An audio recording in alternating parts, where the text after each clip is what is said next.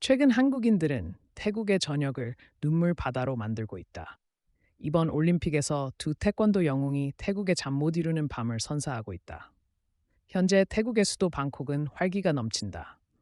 2024년 8월 도시 전체가 거대한 축제로 변신한 듯했다.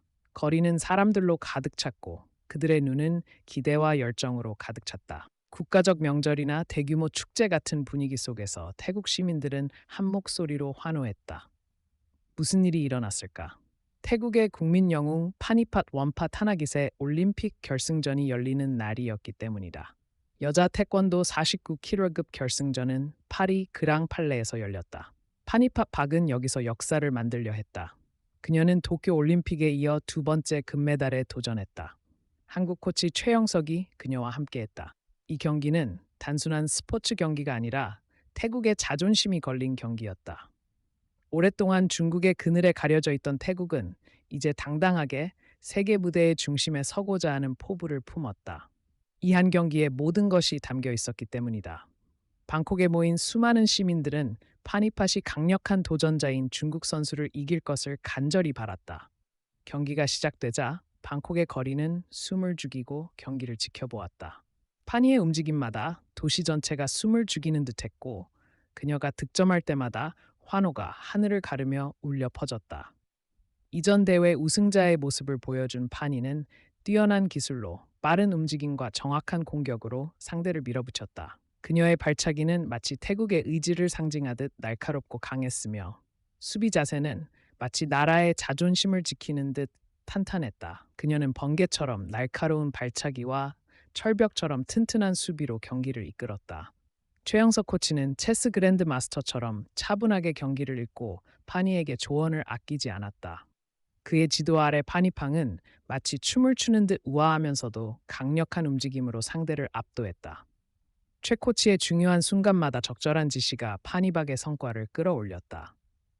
경기 중반, 파니의 날카로운 그녀는 라운드하우스 킥으로 상대의 몸통을 강타해 중요한 점수를 따냈다. 이 순간부터 그녀는 리드를 고정하기 시작했고 경기의 흐름을 완전히 장악했다. 시간이 지날수록 중국 선수의 표정은 분명 불안해졌고 파니팡은 더욱 차분하게 경기를 이끌었다. 중국 선수의 마지막 반격은 경기 마지막에 시작되었지만 파니팡의 집중력은 흔들리지 않았고 그녀의 눈은 승리에 대한 확신으로 가득 찼다. 그녀는 마지막 순간까지 집중력을 유지했고 자신의 페이스대로 경기를 이어갔다. 마침내 경기 종료 신호와 함께 방콕과 태국 전역에서 환호가 터져 나왔다. 이팡이 두 번째 올림픽 금메달을 딴 순간이었다. 태국 국민은 그녀의 승리를 열광적으로 축하했고 이 승리는 단순한 스포츠 승리를 넘어 국가적 자부심의 상징이 되었다. 그리고 이 역사적인 순간에 이팡의 예상치 못한 행동은 전 세계를 놀라게 했다. 금메달이 확정되자 그녀는 멘토인 최영석 코치에게 달려가 그를 꼭 껴안은 뒤 무릎을 꿇고 깊이 절했다. 그녀는 오랫동안 일어나지 못하고 눈물을 흘렸다. 그녀의 모습은 경기장과 TV 화면을 수백만 명의 사람들에게 감동시켰다. 시청자들조차 숨을 참았다. 최영석 코치는 2002년부터 태국 태권도 국가대표팀을 이끌고 있다. 그의 별명인 타이거 최에서 알 수 있듯이 그의 훈련 방식은 호랑이처럼 엄격했지만 선수들의 인성 교육에도 큰 비중을 두었다. 그의 철학은 단순히 메달을 따는 것이 아니라 태권도를 통해 인성을 기르는 것이었다. 그가 입학식에서 금메달을 따고 보여준 행동은 최 코치의 교육 철학이 결실을 맺은 순간이었다. 승리의 기쁨 속에서 한국식으로 스승 최 코치에게 깊이 절을 하는 모습은 단순한 승리의 세레모니가 아니라 태권도가 지닌 예의의 정신을 세상에 알리는 순간이었다. 경기 후 인터뷰에서 페니파는 오늘 이 자리에 설 수 있었던 것은 최 코치 덕분이라며 감사의 뜻을 표했다.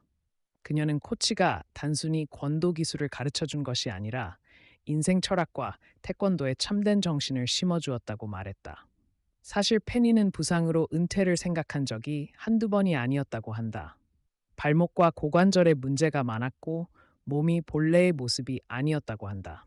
하지만 도쿄에서 올림픽 이후 국가대표팀을 떠나려던 박판이를 부른 것은 최영석 코치였다. 최영석 감독은 페니에게 마지막 춤을 추라고 제안하며 프랑스 군인이 될 때까지 열심히 일할 것이고 4년간의 힘든 노력을 통해 태국의 전설적인 스포츠 영웅이 되었다고 말했고, 태국의 전설적인 스포츠 영웅으로 기억될 수 있는 태권도가 단순한 작은 스포츠를 넘어 아마추어로서 자리매김하고 있다는 증거가 있었다. 태권도는 이제 전 세계적으로 예의와 물을 모으는 스포츠맨십의 상징이며, 무기를 사용하지 않는 무술가들의 자기 수양 수단이다. 수련 중에는 근육과 존재이다. 대단한 운동선수는 아니지만 내면의 규율과 예의, 체력도 기른다. 태권도가 신적인 격투 스포츠가 아닌 독특한 스포츠로 여겨지는 이유 중 하나는, 태권도를 배우면 대단한 운동선수가 될 수 있지만 빛나는 삶의 형성에도 큰 영향을 미치고 삶의 자유와 같은 역할을 하는 작은 스포츠이기 때문이다. 해외 디버그 학생들이 자녀를 태권도 학교에 보내는 것은 꼭 가야 할 코스이며, 청소년과 청소년은 밖으로 나가 놀며 성장기에 신체와 유기체에 큰 영향을 미칩니다.